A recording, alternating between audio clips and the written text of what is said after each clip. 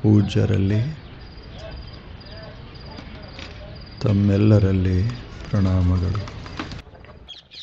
ಕಾಡು ಅಂದರೆ ಸ್ಮಶಾನ ಇದ್ದಂಗೆ ಒಂದು ಕಾಡ. ಆ ಕಾಡಿನೊಳಗೆ ಒಂದು 5 ಹೆಣ ಬಿದ್ದಾವ. 5 ಹೆಣ ಬಿದ್ದಾವ. ಎಲ್ಲರೂ ಬಂದವರೆಲ್ಲ ಈ ಹೆಣಕ್ಕಾಗಿ ಅಳುತ್ತಾರೆ, ಚಿಂತೆ ಮಾಡ್ತಾರೆ. ಎಲ್ಲರೂ ಬಂದವರೆಲ್ಲ ಈ 5 ಹೆಣಕ್ಕಾಗಿಯೇ ಚಿಂತೆ ಮಾಡ್ತಾರೆ.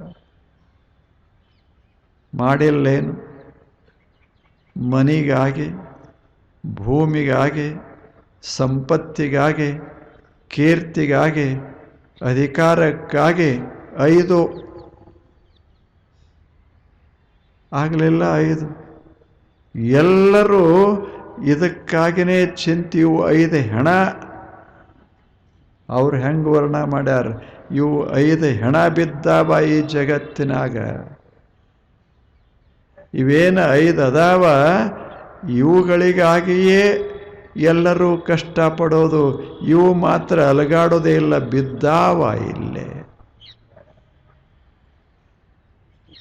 ಜೀವಂತಿಕೆ ಇಲ್ಲಲ್ಲಿ ಬಿದ್ದಾವ. ಇವುಗಳಿಗಾಗಿ ಬಂದವರೆಲ್ಲ ಅಳುತ್ತಾರೆ, ಚಿಂತೆ ಮಾಡ್ತಾರೆ.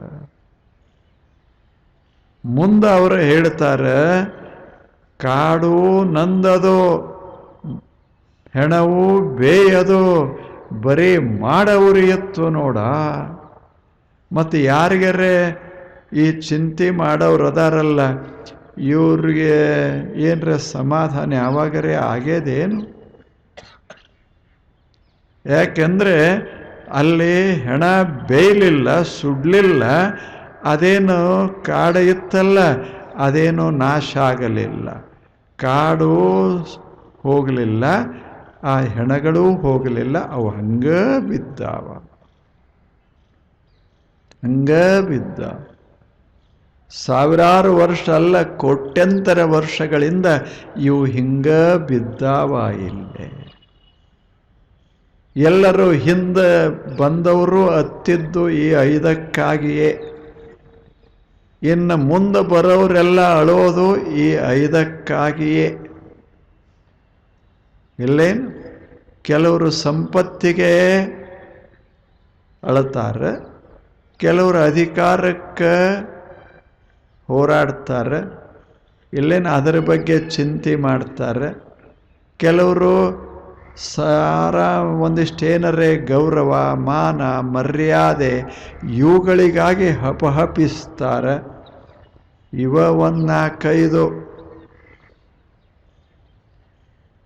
4-5 ಇವುಗಳಿಗಾಗಿ ಇಡೀ ಜಗತ್ತ, ಕೋಟ್ಯಂತರ ಜನ ಇವುಗಳಿಗಾಗಿ ಅಳ್ತಾ ಇದ್ದಾರ ಅಂತ ಅಲ್ಲ ಮಹಾಪ್ರಭು.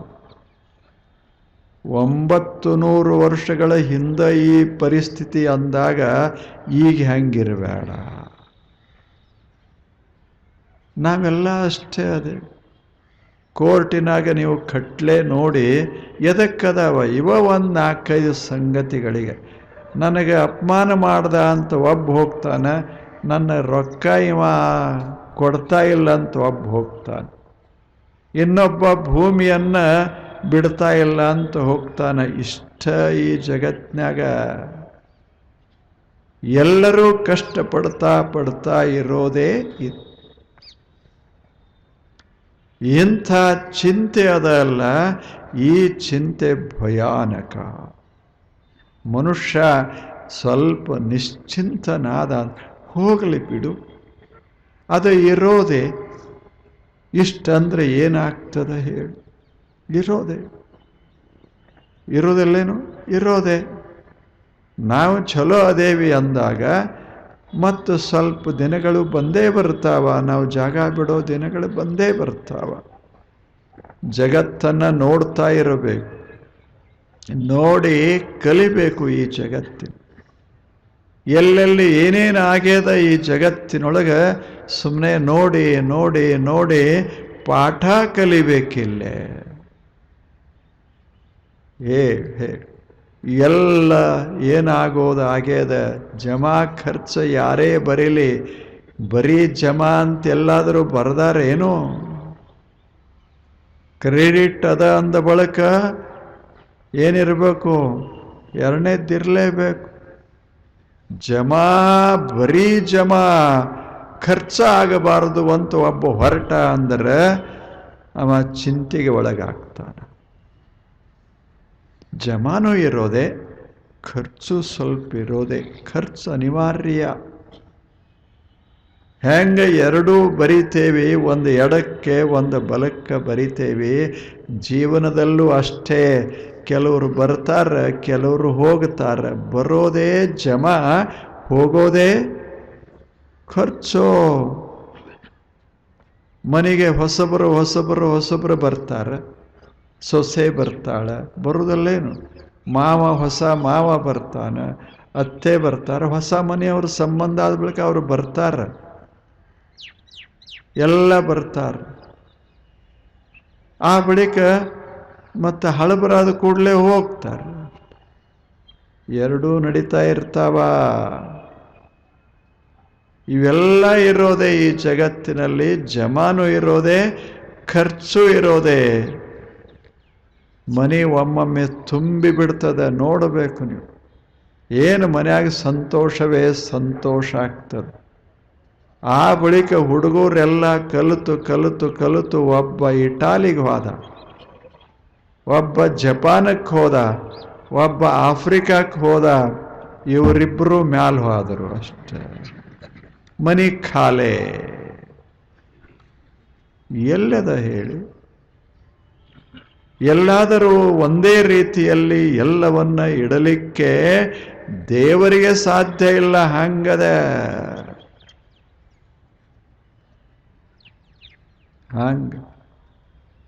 ಒಮ್ಮೆ ನಾರಾಯಣ ಲಕ್ಷ್ಮಿಗೆ ಹೇಳ್ದ, ಲಕ್ಷ್ಮಿ ಗುಡಿ ಎಲ್ಲ ಊರಾಗಿರ್ತಾವ, ನಾರಾಯಣನ ಗುಡಿ ಎಲ್ಲ ಊರಾಗಿರೋದಿಲ್ಲ. ಲಕ್ಷ್ಮಿ ಮಹತ್ವದ್ದು. ಯಾವ ಊರಾಗಿಲ್ಲ ಹೇಳಿ? ಯಾರಿಗೆ ಬೇಡ ಆಗ್ಯದ? ನಾವು ಇಂಥ ಧರ್ಮದವರು, ನಮಗಿದು ಬೇಡ. ಏನಿಲ್ಲ, ನೀವು ಯಾವ ಧರ್ಮ ಇರ್ರಿ, ಯಾವ ಜಾತಿ ಇರ್ರಿ, ಮತ ಇರ್ರಿ, ಯಾವ ದೇಶದಾಗರೆ ಇರ್ರಿ, ಎಲ್ಲ ಕಡೆ ಇರೋದು ಲಕ್ಷ್ಮಿ. ಅವಾಗ ನಾರಾಯಣ ಹೇಳ್ದ, ಬರೇ ಅಲ್ಲೇ ಹೋಗಿ ಕೂತಿದೀಯಲ್ಲ ಕೆಳಗೆ. ಅವನೊಂದು ಊರಾಗ ಏನು ಒಂದು ಸಲ ಕೊಟ್ಟು ಬಂದ್ಬಿಡು ಅಂದ ಲಕ್ಷ್ಮಿಗೆ. ಅವ ಅಲ್ಲೇ ವೈಕುಂಠದಾಗ, ಇವರು ಲಕ್ಷ್ಮಿ ಇಲ್ಲೇ. ಅದಕ್ಕೆ ಅವನಿಗೂ ಬೇಜಾರಾಗಿತ್ತು. ಏನು ಎಷ್ಟು ದಿವಸ ಅಲ್ಲಿರೋದು, ನೀನು ಕೊಟ್ಟು ಏನು ಬೇಡ್ತಾರೆ ಕೊಟ್ಟು ಬಂದ್ಬಿಡು ಅಂದ. ಆಕೆ ಹೇಳಿದ್ಲು, ಹಂಗಾಗುವುದಿಲ್ಲ. ಯಾಕೆ? ಏನು ಕೊಟ್ಟರು ಮುಗುದಿಲ್ಲ ಕೊಡೋದು. ಹಂಗೆ ಬಂದೇ ಬರ್ತಾರೆ. ಇದು ಜಾಗೃತದ, ಇಲ್ಲಿ ಸಿಗ್ತದೆ ಅಂದ್ರೆ ನಂಬರ್ ಹೆಚ್ಚಾಗತ್ತದ. ಮೊದಲು 4 ಜನ ಬರ್ತಿದ್ರೆ 400 ಬರ್ತಾರೆ, 4000 ಬರ್ತಾರೆ. ಲಕ್ಷ್ಮಿ ಅಂತಾಳು, ಎಂದೆಂದೂ ಬಡತನ ಹೋಗೋದಿಲ್ಲ ಜಗತ್ತಿನಿಂದ. ಇವರೆಲ್ಲ ಬೇಡವ್ರೇ, ನನಗೇನು ವೈಕುಂಠಕ್ಕೆ ಬರೋಕ್ಕಾಗೋದಿಲ್ಲ. ಹಿಂಗೆ ಎಲ್ಲರೇ ಕೊಟ್ಟು, ಇನ್ನೇನು ಎಲ್ಲ ಕೊಟ್ಟಾಳ, ಇನ್ಯಾರೂ ಗುಡಿಗೆ ಹೋಗೋದಿಲ್ಲ ಅಂತ ಎಲ್ಲರೇ ಅದ ಏನು ಹೇಳಿ? ಹಿಂಗೆ ನೀರು ತಂದು ಆ ಮೂರ್ತಿ ಮೇಲೆ ಹಾಕುವುದರಾಗ ಲಕ್ಷ್ಮಿಗೆ ಅನ್ಸಕ್ಕೆ ಶುರುವಾಗ್ತದೆ, ಏನು ಬೇಡ್ತಾನೋ ಏನೇನು. ಹಾಕೋದು ಒಂದು ಬಟ್ಲ,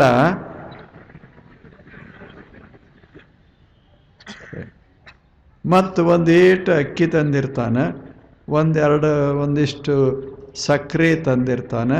ಹಿಂಗೆ ಹಚ್ಚಿದ ಅಂದ್ರೆ ಲಕ್ಷ್ಮಿಗೆ ಹಂಗ ಸಕ್ಕರೆ ತಂದು ಕೇಳ್ತಾನೆ, ನಮ್ಮದು 150 ಟನ್ ಆಗಬೇಕು ಎಕರೆಗೆ. ಸಕ್ಕರೆ ಎಷ್ಟು ತಂದಾನಂದ್ರೆ ಒಂದು ಈಟು ತಂದು ಮುಂದೆ ಇಟ್ಟಾನ. ಎಷ್ಟು ಮಜಾ ಅದ. ಲಕ್ಷ್ಮೀ ದೇವಿಗೆ ಹಣಿ ಬರ ಆದ ಬಳಿಕ ಆಕೆಗೆ ಬಿಡುವಿಲ್ಲ. ಇನ್ನು ಜಗತ್ತನ್ನು ಸಂತೋಷಗೊಳಿಸೋದು ಹೆಂಗೆ ಸಾಧ್ಯದ? ಹೇಗೆ ಸಾಧ್ಯ? ಜಗತ್ತು ಬಹಳ ವಿಚಿತ್ರದ, ಚಿಂತೆ ಬಹಳ. ಈ ಜಗತ್ತು ಭಾರೀ ಚಿಂತೆ. ಪ್ರತಿಯೊಂದು ಇಲ್ಲದು ಎಂದೋ ಆಗಿ ಹೋಗ್ಯದು. ಎಂದೋ ಮನ್ಯಾಗ ಒಬ್ಬರು ದೇಹ ಬಿಟ್ಟಾರಂತ ತಿಳ್ಕೊಳ್ಳಿ, ಅಥವಾ ಅಪಮಾನ ಆಗ್ಯದಂತ ತಿಳ್ಕೊಳ್ಳಿ, ಎಷ್ಟು ತಲೆಗೆ ಹಾಕ್ಕೊಳ್ಳೋದು. Past is past, it never comes again. ಏನೋ ಆಗಿದ್ದಾಗಿ ಹೋಗ್ಯದ, ಮತ್ತೆ ಬರ್ತದೆ ಏನೋ, ಅದು ಮುಗಿದು ಹೋಗ್ಯದಲ್ಲ. ಯಾಕೆ ತಲೆ ಕೆಡಿಸಿಕೊಳ್ಳೋದು? ಯಾಕೆ ತಾಪ ಮಾಡಿಕೊಳ್ಳೋದು? ಇಲ್ಲದ ಸಂಗತಿಗಳ ಬಗ್ಗೆನೇ ನಾವು ಅತಿಯಾಗಿ ತಾಪ ಮಾಡ್ಕೋತೀವಿ ಅಂತ ವ್ಯಾಸ ಮಹರ್ಷಿ ಅದನ್ನೇ ಅವರು ಹೇಳೋದು. ಮಾಡ ಉರಿಯಿತ್ತು, ಬರೀ ಮಾಡ ಉರಿಯಿತ್ತು ಗುಹೇಶ್ವರ. ಎಲ್ಲ ಬಂದವರು ದೊಡ್ಡವರು ಸಣ್ಣವರು ಎಲ್ಲ ಬರೇ ಚಿಂತೆಯೊಳಗೆ ಮುಳುಗ್ಯಾರ. ಇವರು ಚಿಂತೆಯನ್ನು ಕಡಿಮೆ ಆಗೋದು ಯಾವಾಗ? ಬರೀ ಮಾಡ ಉರಿಯಿತ್ತು. ಎಂದೂ ಇವು ಯಾರ ಕೈಗೆ ಸಿಗುವುದಿಲ್ಲ. ಅವು ಹಂಗೆ ಬಿದ್ದಿರ್ತಾವ. ಅವೇನು ಸುಡೋದಿಲ್ಲ, ನಾಶ ಆಗೋದಿಲ್ಲ. ಏನು ಬಂದ ಚಿಂತೆ ಮಾಡ್ತಾರೆ, ಇವರೇ ಹೋಗೋದೇ ವಿನಃ ಅವೇನು ಅದಾವಲ್ಲ ಅವೇನು ಹೋಗೋದಿಲ್ಲ, ಅವೇನು ನಾಶ. ಎಷ್ಟು ಚಲೋ ಇಲ್ಲ. ಇವೇನು ಅದಾವ ಯಾವಾಗರೆ ನಾಶ ಆಗ್ತವೇನು? ಎಂದು ಒಮ್ಮೆ ಶುರು ಆಗ್ಯದ ಅದು ಹಂಗದ. ಕುರ್ಚಿ ಬಂದವರು ಕುಂತವ್ರು ಇಳಿತಾರೆ ವಿನ ಕುರ್ಚಿಯಲ್ಲಿ ಹೋಗಿಲ್ಲ. ಹಂಗದ. ಅದು ಹೆಣ, ಅದು ಹಂಗ ಇರೋದು. ಅದನ್ನು ತುಂಬೇ ಬಿಡ್ತೇವೆ ಅನ್ನೋದು ಸಾಧ್ಯ ಇಲ್ಲ. ಏರಿದ ರಾಜರು ಇಳಿದಾರ, ಏರಿದ ಮಹಾರಾಜರು ಇಳಿದಾರ, ಎಲ್ಲರೂ ಇಳಿತಾನೆ ಇದ್ದಾರೆ. ಮನೆಯೊಳಗೂ ಸಹಿತ ಮನೆ ಯಜಮಾನನ ಕುರ್ಚಿ ಅಂತಿರ್ತದೆ. ಅದು ಮೊಮ್ಮಕ್ಕಳು ಬಂದ ಬಳಿಕ ಹೊಯ್ದಾಡಕ್ಕೆ ಶುರುವಾಗ್ತದೆ. ಅವರೊಂದು ಕಾಲ ತೆಗೆದಿರ್ತಾರೆ ಮೊಮ್ಮಕ್ಕಳು. ಕುಂಡ್ರೆ ಹೆಂಗೆ ಕುಂಡಿರ್ತೀವಿ ನೋಡೋಣ. ಭಾಳ ವಿಚಿತ್ರದ. ಮತ್ತಾರೇ ತೆಗೆದ್ರೆ ಏನರ ಜಗಳ ಮಾಡಬಹುದು. ಇವರೇ ಹುಡುಗರೇ ತೆಗೆದ ಬಳಿಕ ಇನ್ನೇನು ಮಾಡೋದದ? ಇನ್ನೇನು ಮಾಡೋದು? ಇದು ಕಲ್ಕೊಂಡಿರಬೇಕು ಮನುಷ್ಯನೇ. ಅವರು ಹೇಳೋದು ಗುಹೇಶ್ವರ ಮಾಡ ಉರಿಯಿತ್ತು, ಸುಮ್ಮನೆ ಆಯುಷ್ಯ ಹೋಗ್ತದೆ, ಯಾಕೆ ಚಿಂತೆ ಮಾಡೋದು? ಸ್ವಲ್ಪ ಇರೋದರಾಗ ಮಸ್ತಾಗಿ ಆನಂದವಾಗಿ ಇರೋದನ್ನು ಕಲಿ ಮನುಷ್ಯನೇ. ಚಿಂತೆ ನಿಶ್ಚಿಂತತೆ ಉಂಟಾದಾಗ ಹೃದಯದ ಭಾವನೆಗಳು ಸುಂದರವಾಗ್ತವೆ. ಬಸವಣ್ಣನವರು ಹೇಳೋದಿಲ್ಲ, ಇರಬೇಕು ಚಿಂತೆ, ಎಂಥವಿರಬೇಕು, ಎಷ್ಟು ಛಲೋ ಛಲೋ ಚಿಂತೆಗಳಿರಬೇಕು. ಯಾವ ಚಿಂತೆ ಮಾಡಿದರೆ ಪ್ರೇಮ ಹೆಚ್ಚುತ್ತದೆ, ಹೃದಯದೊಳಗಿರುವ ಪ್ರೇಮ, ದೇವ ಪ್ರೇಮ ಹೆಚ್ಚುತ್ತದೆ, ಅಂಥ ಚಿಂತೆ ಮಾಡಬೇಕು. ಸಂತೋಷದ ಗಾಳಿ ಬೀಸ್ತದ ಜೀವನದಲ್ಲಿ, ಅಂಥ ಚಿಂತೆ ಮಾಡಬೇಕು. ಚಕೋರಂಗ್ಯ ಚಂದ್ರಮನ ಇಲ್ಲ, ಉದಯದ ಚಿಂತೆ. ಚಕೋರ ಪಕ್ಷಿ ಚಂದ್ರಮನ ಚಿಂತೆ ಮಾಡ್ತದೆ, ಎಷ್ಟು ಚಂದದ. ಅಂಬುಜಕ್ಕೆ ಭಾನುವಿನ ಉದಯದ ಚಿಂತೆ. ಇಲ್ಲೇನು ಒಂದು ಕಮಲ, ಅದು ಚಿಂತೆ ಮಾಡ್ತದೆ, ಸೂರ್ಯನ ಚಿಂತೆ ಮಾಡ್ತದೆ, ಸೂರ್ಯೋದಯದ ಚಿಂತೆ ಮಾಡ್ತದೆ. ಭ್ರಮರಂಗ್ಯ ಪರಿಮಳದ ಬಂಡುಂಬ ಚಿಂತೆ. ಭ್ರಮರ ಇತ್ತು ಅಂದ್ರೆ ಅದು ಎದಕ್ಕೆ ಚಿಂತೆ ಮಾಡ್ತದೆ? ಸುವಾಸನ, ಒಳಗಿರುವ ಮಕರಂದ. ಬಂಡು ಅಂದರೆ ಮಕರಂದ, ಹೂವಿನ ಹುಡಿ, ಹೂವಿನ ಮಕರಂದ, ಕೆಳಗಿರುವ ಮಕರಂದ. ಅದರ ಬಗ್ಗೆ ಚಿಂತೆ, ಅದಕ್ಕೆ ಅದೇ ತಲೆಯಾಗ ಚಿಂತೆ ಅಂದ್ರೆ ಅದೇ ತಲೆಯಾಗ. ಚಕೋರ ಪಕ್ಷಿಗೆ ಚಂದ್ರ ತಲೆಯಾಗ ಅಲ್ಲ, ಈ ಭೃಂಗಕ್ಕೆ ಮಕರಂದ ತಲ್ಯಾಗ, ಆ ಹೂವಿಗೆ ಸೂರ್ಯ ತಲ್ಯಾಗ. ಹಂಗೆ ನಮ್ಮ ತಲ್ಯಾಗ ಚಲೋದಿತ್ತಂದ್ರೆ ಅದು ಚಿಂತೆಲ್ಲ ಅದು ಹೃದಯವನ್ನು ವಿಸ್ತಾರ ಮಾಡ್ತದೆ, ಸಂತೋಷ ತುಂಬ್ತದೆ. ಚಲೋದು ತಲೆಯೊಳಗೆ ಹಾಕ್ಕೊಂಡಿರೋದು. ಬಸವಣ್ಣನವರು ಹೇಳೋದು, ಕೂಡಲ ಸಂಗಮ ದೇವನ ನೆನೆವುದೇ ಚಿಂತೆ, ನನ್ನ ತಲೆಯೊಳಗೆ ಕೂಡಲ ಸಂಗಮ ತುಂಬಿದ. ಅವ್ರು ಎಷ್ಟು ಚಲೋ ಹೇಳ್ತಾರೆ. ಒಂದು ವಚನ ಸಾಕಲ್ಲ ಇದು.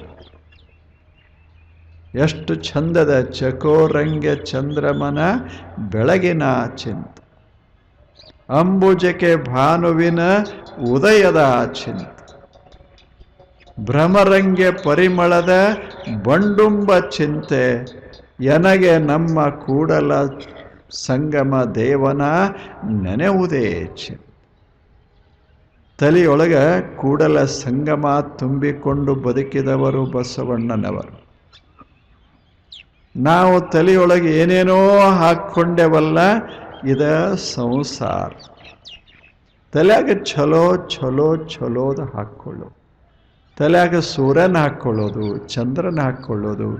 ಜಗತ್ತಿನಾಗ ಚಲೋ ಜನ ಇಲ್ಲೇನು, ಅವ್ರದ್ದೊಂದಿಷ್ಟು ತಲೆಯಾಗ ಹಾಕ್ಕೊಳ್ಳೋದು. ಭಾಳ ಚಲೋ ಆಗಿ ಹೋಗ್ಯಾರ. ಬರೀ ಕೆಟ್ಟದ್ದನ್ನೇ ಅಥವಾ ತ್ರಾಸಾಗೋದನ್ನೇ ತಲೆಯೊಳಗೆ ಹಾಕ್ಕೊಂಡ್ರೆ ಗತಿ ಹೇಗೆ ಜೀವನದ್ದು? ಹೇಗೆ? ಬರೀ ಅದೇ. ಯಾವಾಗಲೂ ಎದ್ರೆ ಕೂತ್ರೆ ಯಾವುದು ಬ್ಯಾಡಾಗ್ಯದ ಅದನ್ನೇ ತಲೆಗೆ ಹಾಕ್ಕೊಂಡು ಬಿಟ್ರೆ ನಮ್ಮ ಜೀವನ ಅರಳೋದು ಯಾವಾಗ?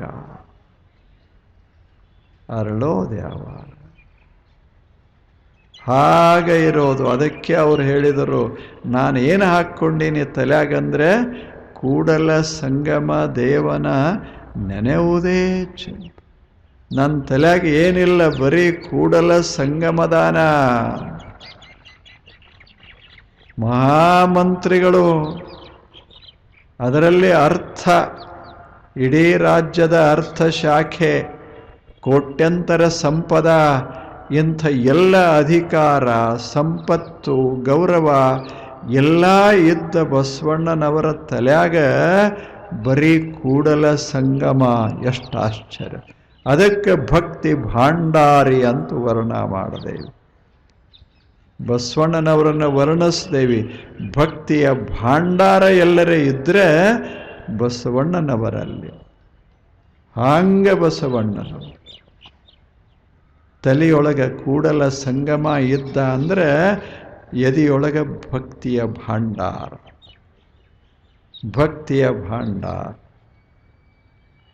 ಇದು ತಲೆಯಾಗ ತುಂಬಿರಬೇಕಾಗ್ತದೆ. ಅದಕ್ಕೆ ಜೀವನ, ಸುಂದರ ಜೀವನ, ನಿಶ್ಚಿಂತತೆ ಬರಬೇಕಾಗಿತ್ತು ಅಂದರೆ ತಲೆಯೊಳಗೆ ಚಲೋದು ತುಂಬಬೇಕು. ಈಗಿಲ್ಲೇನು ಒಬ್ಬರು ಶಿಲ್ಪಿ ಅಂತಿರ್ತಾರೆ. ಶಿಲ್ಪಿಗಳು ನೋಡಬೇಕು, ತಲೆಯಾಗ ಏನೂ ಇರೋದಿಲ್ಲ. ತಲೆಯಾಗ ಏನಿರೋದಿಲ್ಲ, ಬರೀ ಮೂರ್ತಿ. ಹಗಲೇನೋ ರಾತ್ರಿ ಏನು ಕೆತ್ತಬೇಕಾಗ್ತದೆ. ಯಾವ ಕಲ್ಪನಾ ತಲೆಯಾಗಿರೋದಿಲ್ಲ. ಬರೀ ಅದೇ ಒಂದು ಮೂರ್ತಿ ಕೆತ್ತೋದು ಅಷ್ಟು ಸುಲಭದ ಕೆಲಸ ಅಲ್ಲ. ಜೀವನವೇ ಹೋಗ್ತಿರ್ತದೆ ಅದರಲ್ಲೇ. ಅಷ್ಟು ಸಾಧನೆ ಮಾಡಬೇಕಾಗ್ತದೆ. ತಲೆಯಾಗ ಸೌಂದರ್ಯ ತುಂಬಿರ್ತದೆ, ಕೈಯಾಗ ಸಲಕರಣೆಗಳಿರ್ತಾವ, ಎದುರಿಗೆ ಕಲ್ಲ ಇರ್ತದೆ. ತಲೆಯಾಗಿನ ಸೌಂದರ್ಯ ಕಲ್ಲಾಗ ತರೋ ಪ್ರಯತ್ನ ಮಾಡ್ತಾನಲ್ಲ ಇವ ನಿಶ್ಚಿಂತ. ಇದು ನಿಶ್ಚಿಂತ. ತಲೆಯಾಗ ಚಲೋ ಹಾಕ್ಕೊಂಡಿರಬೇಕು. ಅವರು ಕೂಡಲ ಸಂಗಮನ್ನ ಹಾಕ್ಕೊಂಡ್ರು, ಅಲ್ಲಮ ಪ್ರಭುಗಳು ಗುಹೇಶ್ವರನ ಹಾಕ್ಕೊಂಡ್ರು, ಅಕ್ಕ ಮಹಾದೇವಿ ಚನ್ನ ಮಲ್ಲಿಕಾರ್ಜುನ ಹಾಕ್ಕೊಂಡ್ರು. ಹೆಂಗೆ ಮಾಡ್ಯಾರ ನಾವು ಚಲೋದ ಹಾಕ್ಕೊಳ್ಳೋದು. ಯಾವುದು ತಲೆಯೊಳಗಿರೋದರಿಂದ ನಮ್ಮ ಮೈಗೆ ಒಂದಿಷ್ಟು ಹಿತ ಅನ್ನಿಸ್ತದೆ, ಮನಸ್ಸು ಒಂದಿಷ್ಟು ಅರಳುತ್ತದೆ, ಮುಖದ ಮೇಲೆ ಪ್ರಸನ್ನತಾ ಕಾಣಬರ್ತದೆ. ಅಂಥ ಸಂಗತಿಗಳನ್ನು ತಲೆಯೊಳಗೆ ಹಾಕಿಕೊಂಡಿರಬೇಕು. ಇದು ನಿಶ್ಚಿಂತತ. ಚಲೋ ಇಲ್ಲ. ಇದು ಎರಡನೇದ್ದು ಚಿಂತೆ. ಈಗ ಮನೆಗೆ ಹೋಗ್ತಿರಲ್ಲ, ಹೋದ ಬಳಿಕ ನಾಳೆ ತಕ ಏನೇ ಇರಲಿ ತಲೆಯಾಗ ಮಾತ್ರ ಚಲೋ ಹಾಕ್ಕೊಳ್ಳು. ರೊಟ್ಟಿ ಸರಿ ಆಗಿಲ್ಲ, ತಲೆಯಾಗ ಚಲೋ ರೊಟ್ಟಿನೇ ಹಾಕ್ಕೊಳ್ಳೋದು. ಇದೇನು ಯಾಕೆ ಆಗೋಲ್ಲ? ನಿನ್ನೆ ಚಲೋ ಆಗಿತ್ತು ಅಲ್ಲ, ನಾಳೆ ಚಲೋ ಆಗ್ತಾವ. ಚಲೋದನ್ನು ಹಾಕ್ಕೊಂಡಿರೋದು ತಲೆಯಾಗ. ಯಾರೇ ಬೈದಿದ್ದು ಹಾಕೋಬಾರದು. ಸುಮ್ಮನೆ ಆರಾಮ ಇರೋದನ್ನು ತಲೆಯಾಗ ಹಾಕ್ಕೊಂಡಿರಬೇಕು. ಎಲ್ಲ ತಗೊಂಡು ಏನು ಮಾಡೋದು? ನಾವ ಮರ್ಯಾದೆ ಇದ್ರೆ ಮರೆಸೋರು ಯಾರದಾರ ಈ ಜಗತ್ನಾಗ ಹೇಳಿ? ನಾವು ನಿಶ್ಚಿಂತವಾಗೋದನ್ನು ಕಲಿಯದೇ ಇದ್ರೆ ನಿಶ್ಚಿಂತತೆಯನ್ನು ಕಲಿಸೋರು ಯಾರು ಈ ಜಗತ್ತಿನೊಳಗೆ? ನಾವಿಷ್ಟು ಚಲೋದು. ಈಗ ಪತಿ ಇರ್ತಾನೆ, ಅವನಲ್ಲಿ ಚಲೋ ಗುಣ ಏನದಾವ ಅಟ್ಟು ತಲೆ. ಸತಿ ಇದ್ದರೆ ಸತಿಯ ಚಲೋ ಗುಣ ಏನು. ಕಾರ್ಯಬೇಳೆ ಎಷ್ಟು ಮಸ್ತ್ ಅದ. ರೊಟ್ಟಿ ಹಂಗಾಗೋದ್ಯಾಕ? ಏನು ಕಾರ್ಯಬೇಳೆ? ಈ ಕಾರ್ಯಬೇಳೆಗೆ ತಕ್ಕ ರೊಟ್ಟಿದ್ರೆ ಏನು ಮಸ್ತ. ಹೇಳ್ದಂಗೂ ಆಯಿತು, ಮಜಾದಾಗೂ ಆಯಿತು. ಹಂಗೆ ಇದು ಜೀವನ. ನಾಳೆ ಬನ್ನಿ. ನಮಸ್ಕಾರ.